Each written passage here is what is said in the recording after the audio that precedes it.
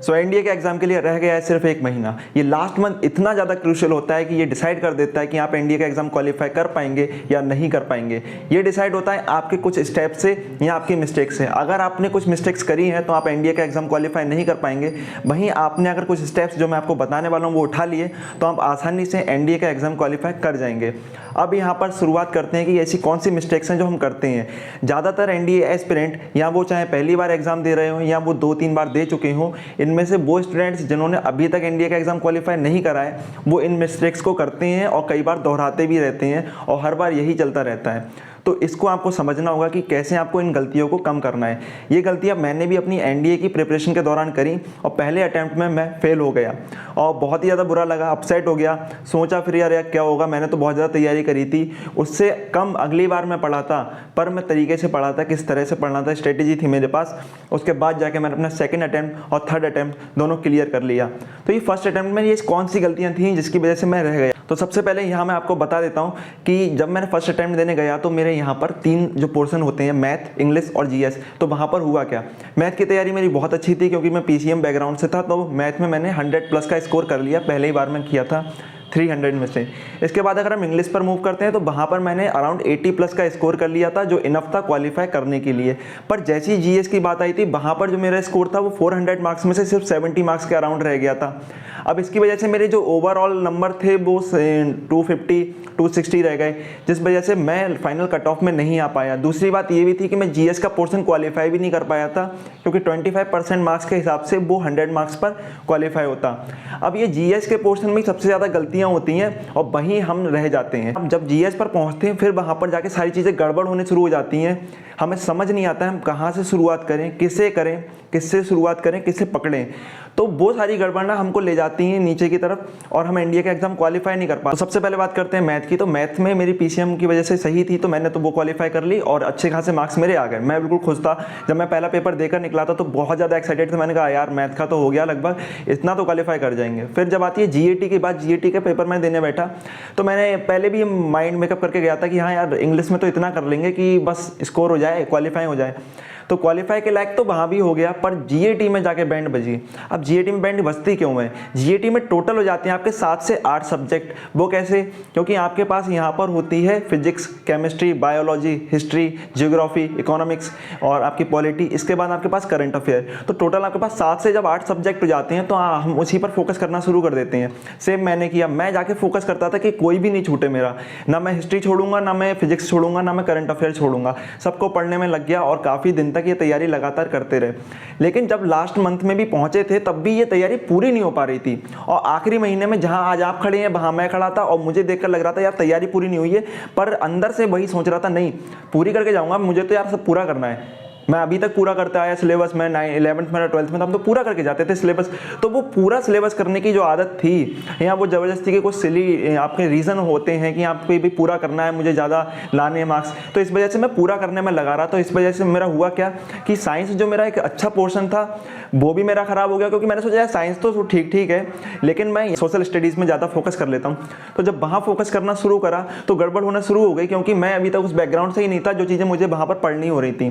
क्योंकि जिन चीज़ों को एक सोशल स्टडीज़ वाला स्टूडेंट काफ़ी साल में पढ़ के निकालता है वो मैं 2-3 महीनों के अंदर पढ़ने की सोच रहा था, तो वो सारी गड़बड़ होती चली गई और सारा ध्यान मेरा वहीं पर था। साइंस में ओवर कॉन्फिडेंस की वजह से नहीं पढ़ रहा था कि यार ये तो मुझे आती है, साइंस का तो मैं स्टूडेंट हूँ, ये तो मैं आसानी से कर लूँगा। पर आपको यह ध्यान देना होगा ये साइंस इतनी टफ नहीं आती है कि आप कर लो, लेकिन यहाँ पर इतनी आसान भी नहीं है कि आप ऐसे ही कर लो। क्यों? क्योंकि यहाँ पर फैक्चुअल नॉलेज ज़्यादा होती है और कॉन्सेप्चुअल कम होती है। अब फैक्चुअल और कॉन्सेप्चुअल में अंतर ये होता है कि आपको सिंपल सा एक फैक्ट दे दिया कि इस केमिकल का नाम बताओ, तो वो केमिकल का नाम आपने पढ़ा होगा तभी आप बता सकते हैं, वरना आप नहीं बता सकते। इसके अलावा अगर आप कॉन्सेप्चुअल नॉलेज की बात करें तो आपसे सिंपल से ये पूछ लेगा कि ये न्यूमेरिकल दे रखा है, इसको सॉल्व करो। तो अगर आपको फॉर्मूला पता है, आपने ऐसे कई सारे न्यूमेरिकल करे हैं, तो आप उसको सॉल्व कर लोगे, वो कॉन्सेप्चुअल हो गई। लेकिन फैक्चुअल की होने की वजह से क्या होता है, अगर आपको पता है तो ठीक है, नहीं पता है तो सीधे गलत। उसमें आप कोई तुक्का नहीं लगा सकते, आप यहाँ पर कुछ चीज़ें कर नहीं सकते कि हाँ भैया इसको ये लगा दूँ, मैं वो लगा दूँ, तो ये नहीं होने वाला है। वही मेरे साथ हुआ। अब मैंने क्या करा यहाँ पर, जीएस में बहुत ज़्यादा ध्यान देते थे, यानी जीएस की बात जब मैं कर रहा हूँ यहाँ पर तो मैं जनरल स्टडीज़ हैं, सोशल स्टडीज़ की बात कर रहा हूँ, तो वहाँ ज़्यादा ध्यान दिया, फिजिक्स केमिस्ट्री और बायोलॉजी में कम दिया। अब दोनों पोर्शन 50-50 मार्क्स के आते हैं। अब ये बहुत ही बड़ी गड़बड़ वाला तरीका था, क्योंकि अगर आप जिस बैकग्राउंड से आते हैं आपको अपनी चीज़ों को स्ट्रॉन्ग करना पड़ेगा। इस वजह से मैं लास्ट मंथ तक वही चीज़ें करता रहा और मैंने सोचा कोर्स तो मैं कंप्लीट करके जाऊँगा। तो मैंने दूसरी जो सबसे बड़ी मिस्टेक करी कि मैंने PYQs बहुत ही कम लगाए, बहुत ही कम। मैंने देखा ही नहीं, मैंने सोचा यार PYQs का क्या है, हम तो बहुत एक्सरसाइज कर रहे हैं, PYQs में क्या रखा है, मैं तो इससे ज़्यादा खतरनाक क्वेश्चन कर रहा हूँ। पर आपको समझना होगा जिस तरह के क्वेश्चन आपसे पूछे जा रहे हैं ना वो करने हैं आपको। अगर आप सिंपल सा समझ लीजिए, अगर आप फिजिक्स के अंदर एक भयानक सा न्यूमेरिकल कर रहे हैं जो आपके 11th-12th में होता है, पर उसका कोई रोल नहीं है आपके एनडीए के एग्जाम में, तो आप भले ही आप कह रहे हैं कि मैंने तैयारी तो बहुत अच्छी करी है, पर जब उसका कोई फायदा ही नहीं है जो उस एग्जाम से, तो आप करके क्या कर लेंगे? ठीक है, वही रह जाएंगे, कोई फायदा नहीं है, टाइम वेस्ट होगा। सिर्फ वही काम मैंने करा, मैं जाके अच्छे खासा मैंने कहा तो न्यूमेरिकल भी कर रहा था मैं, और यहाँ पर कुछ केमिस्ट्री की रिएक्शंस भी देख रहा था, पर मुझे पता होना चाहिए था कि रिएक्शन नहीं आती हैं। ठीक है, केमिकल के नाम आ सकते हैं और फिजिक्स के अंदर से सीधे सीधे कॉन्सेप्ट में से कुछ चीज़ें उठकर आ सकती हैं, फैक्ट नॉलेज आ सकती है, पर ऐसा नहीं है कि आपके पास न्यूमेरिकल आ जाए बहुत बड़ा। कुछ न्यूमेरिकल होते हैं, बहुत सिंपल से न्यूमेरिकल होते हैं, वो आ जाएंगे। अब जीएटी के अंदर जो हमारा सोशल स्टडीज़ का पोर्शन था, वहाँ मैं हिस्ट्री को पढ़ता रहा, जियोग्राफी को पढ़ता रहा, लेकिन वो याद भी नहीं हो रही, क्योंकि हम थे पीसीएम ग्रुप वाले, तो पीसीएम ग्रुप वालों की थोड़ी प्रॉब्लम रहती है कि ये चीज़ें याद करने में थोड़ी दिक्कत होगी, क्योंकि ना 11th में पढ़ी होती है ना 12th में पढ़ी होती है। एक टाइम होता है कि हमने 9th और 10th में थोड़ी बहुत पढ़ी होती है। अब थोड़ी बहुत जो पढ़ी थी वहाँ तक तो समझ में आ रही थी, उसके बाद समझ में नहीं आ रही थी।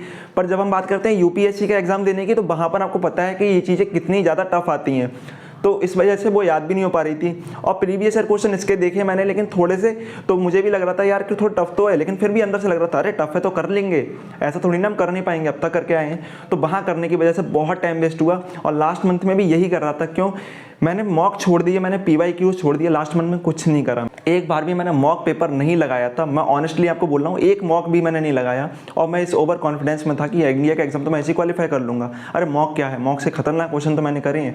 पर भैया अगर मॉक आपने करे ही नहीं है तो आपको पेपर को करने का तरीका नहीं पता, आपको वो प्रेशर नहीं पता कैसे लिया जाता है, और साथ ही जब एग्जाम सेंटर में आप बैठते हैं तो किस तरीके से आपको चीज़ों को हैंडल करना है, कौन से क्वेश्चन को मुझे पहले उठाना है, किन को मुझे बाद में उठाना है, और सबसे लास्ट में मुझे किन क्वेश्चन पर फोकस करना है, या और कुछ ऐसे क्वेश्चन जिनको मुझे छूना भी नहीं है कि ये टाइम वेस्ट करेंगे, अगर बचेगा टाइम तो मैं इस पर फोकस करूंगा। अब यहाँ पर मैंने क्या करा, जब मेरा कोर्स कंप्लीट ही नहीं हो रहा था, तो इस वजह से मैंने सोचा यार मॉक वॉक छोड़ो, पहले कोर्स कंप्लीट कर लो, क्योंकि कोर्स कंप्लीट हो गया तो मॉक की क्या जरूरत है, ये बहुत ही फालतू की चीज़ थी।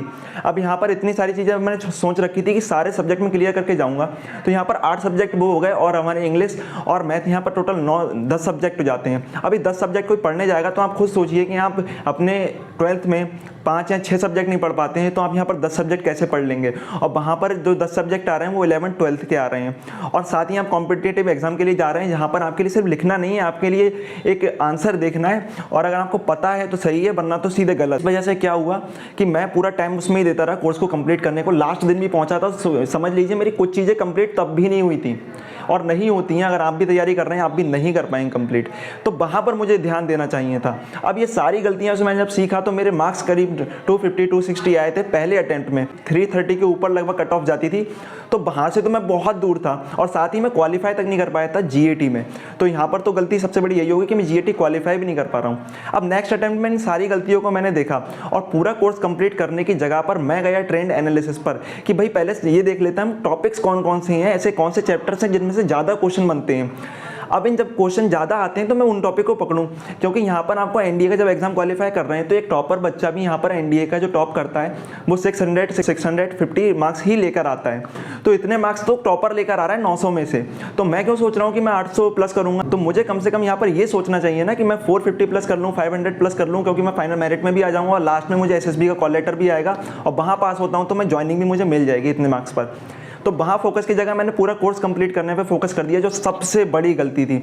अब पूरा कोर्स कोई भी बच्चा कंप्लीट नहीं कर सकता। साथ में आपको चलो सोच लिया कि आप जीएस वाले स्टूडेंट हैं, यानी आप सोशल स्टडीज़ के स्टूडेंट्स हैं, तो आप उस पर फोकस करेंगे, और वहीं अगर आप साइंस के स्टूडेंट हैं तो आप पीसीएम पर फोकस करेंगे, साथ ही इंग्लिश पर और मैथ पर आप उतना ही फोकस रखेंगे। तो इस वजह से होगा क्या, तो आपके लिए जो चीज़ आपकी स्ट्रॉन्ग है उनको और स्ट्रॉन्ग करना है। तो ये जब लास्ट का मन बचता है तो आपको करना क्या है, लास्ट के मंथ में आपको ये नहीं करना है मुझे कोर्स कंप्लीट करने पर जाना जाना है। आप एक बार रिवाइज करो कि आपकी कौन सी चीज़ें स्ट्रॉन्ग है, तो उन पर जाकर फोकस करो। साथ ही सारे टॉपिक करने की जगह ट्रेंड एनालिसिस को पकड़ो और उन टॉपिक्स को पकड़ो जिन पर से ज़्यादा क्वेश्चन आते हैं। और सारी गलतियों से सीखकर मैंने खुद से अपने सेकंड और थर्ड एनडीए के अटेम्प्ट को पास करा और वो सारी चीज़ें मैंने आपको भी दी। अब मैंने ट्रेंड एनालिसिस बना रखा है, टैब पर वीडियो भी आ जाएगी, तो वहाँ पर जाकर आप देख सकते हैं किस तरह से इन टॉपिक से क्वेश्चन ज़्यादा आते हैं, इनके पढ़कर आप पास कर सकते हैं। फिर तो इसके बाद ट्रेंड एनालिसिस कर लेना है। इसके बाद आपको मॉक करने हैं। अगले आने वाले कुछ दिनों के अंदर आपको 10 से 15 मॉक करने हैं और साथ में आपको लगातार PYQs लगाने हैं। अब यानी एक महीना जो आप कह सकते हैं, अगर आपको लग रहा है उस ट्रेंड एनालिसिस के अंदर से या पासिंग मार्क्स के अंदर से कुछ सब्जेक्ट रह गए हैं तो उसको पढ़ो। अदरवाइज अगर आपका उतना हो गया है तो कुछ चीज़ों को ही पढ़ें और बाकी सबको रिवीजन पर ध्यान दें। तो रिवाइज आपको कर लेना है। ऐसा नहीं है कि आप 9 या 10 सब्जेक्ट पढ़ें और पढ़कर रिवाइज भी कर लें, ऐसा तो पॉसिबल ही नहीं है 6-7 महीनों के अंदर भी या 5 महीनों के अंदर एनडीए की तैयारी में। इसके अलावा अगर मैं आपसे यहाँ बात इंग्लिश में, तो इंग्लिश के पोर्शन को आप सिर्फ ये मत समझिए कि यार वो टफ है कि कोई भी कर ले, कोई जिसको आती है वो करेगा। नहीं, आप भी बड़ी आसानी से कर लेंगे क्योंकि आपके पास सिनोनिम्स, एंटोनिम्स, इडियम फ्रेज यही हैं जो करीब 30 क्वेश्चन आ जाती हैं जो 120 मार्क्स के हो जाते हैं। इसके बाद आपके पास दूसरी चीज़ें आ जाती हैं जो ग्रामेटिकल मिस्टेक्स पर डिपेंड होती हैं। तो वो चीज़ अगर आपने कंप्लीट कर ली है, अगर आप अभी भी बहुत ज़्यादा पढ़ रहे हैं एंटोनिम, सिनोनिम, इडियम फ्रेज, तो आप तब भी 100 मार्क्स तो कर लेंगे आराम से। और साथ में यहाँ पर कुछ चीज़ें आपके लिए ना ध्यान रखना है, कुछ चीज़ें ना आपके लिए लॉजिकल होती हैं। इंग्लिश के अंदर कुछ चीज़ें लॉजिकल होती हैं, लॉजिक्स लगाओगे बहुत आसानी से भी ये चीज़ें हो जाएंगी।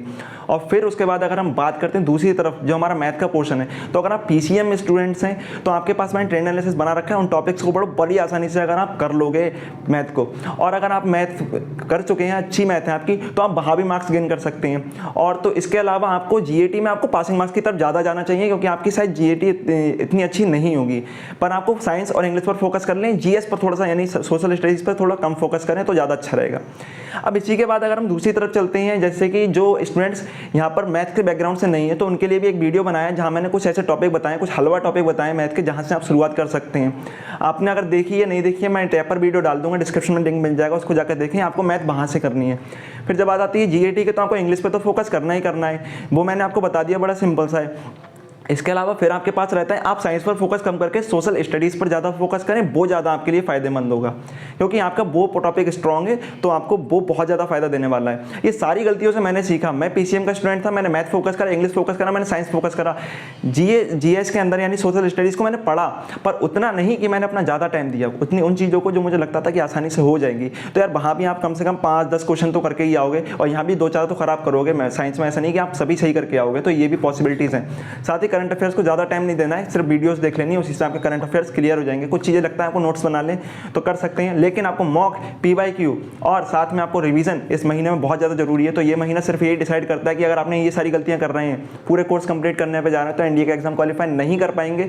वहीं अगर आप मॉक करते हैं, PYQ करते हैं, सिलेबस आपका हो चुका है, रिवीजन करते हैं बार बार, तो आप आसानी से एनडीए का एग्जाम क्वालिफाई कर लेंगे। तो ये सारी मिस्टेक थी, जिसके बाद मैंने अपना सेकंड अटैम्प्ट और थर्ड अटैम्प्ट एनडीए का क्वालिफाई करा और बहुत ही अच्छे मार्क्स से करा। एक बार मैंने 450 मार्क्स से करा और अगली बार जब मैंने बहुत ही कम तैयारी करी क्योंकि मेडिकल रीजन की वजह से, तो मैंने वहाँ पर 400 मार्क्स के पास लगभग आ गए। तो तब तक के लिए इस वीडियो में बस इतना ही। अगर ये वीडियो आपको अच्छी लगी हो तो इसे लाइक करें, साथ ही चैनल को करें सब्सक्राइब। और यहाँ पर आपको गाइडेंस और साथ ही PYQs यहाँ ट्रेंड एनालिसिस सारी चीज़ें मिल रही हैं। और कुछ ही दिन के अंदर मैं आपको डालने वाला हूँ कि अगले 1 महीने के अंदर आप कैसा टाइम टेबल बना सकते हैं जिससे आसानी से अपने एनडीए एग्जाम को क्वालिफाई कर सकते हैं। तब तक के लिए अपनी तैयारी में लगे रहें। जय हिंद, गुड बाय।